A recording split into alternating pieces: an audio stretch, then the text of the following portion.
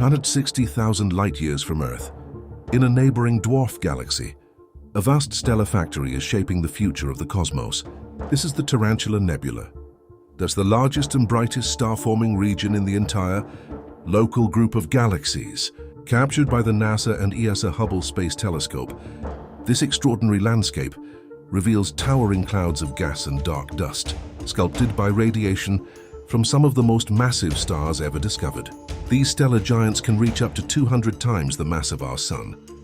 Their intense light and powerful winds carve cavities into the nebula, compress surrounding material, and trigger new waves of starbirth. Near this region lies one of the most extreme types of stars known as a Rayet star. Having already lost its outer layers of hydrogen, it burns at incredible temperatures and drives furious stellar winds that reshape the environment around it. Hubble's multi-wavelength vision allows us to see through the dust, exposing the delicate structures hidden inside these clouds. The data used to create this image come from the SILA observing program, designed to map the gas and dust that surround young stars and to complement the Ulysses survey of massive stellar systems.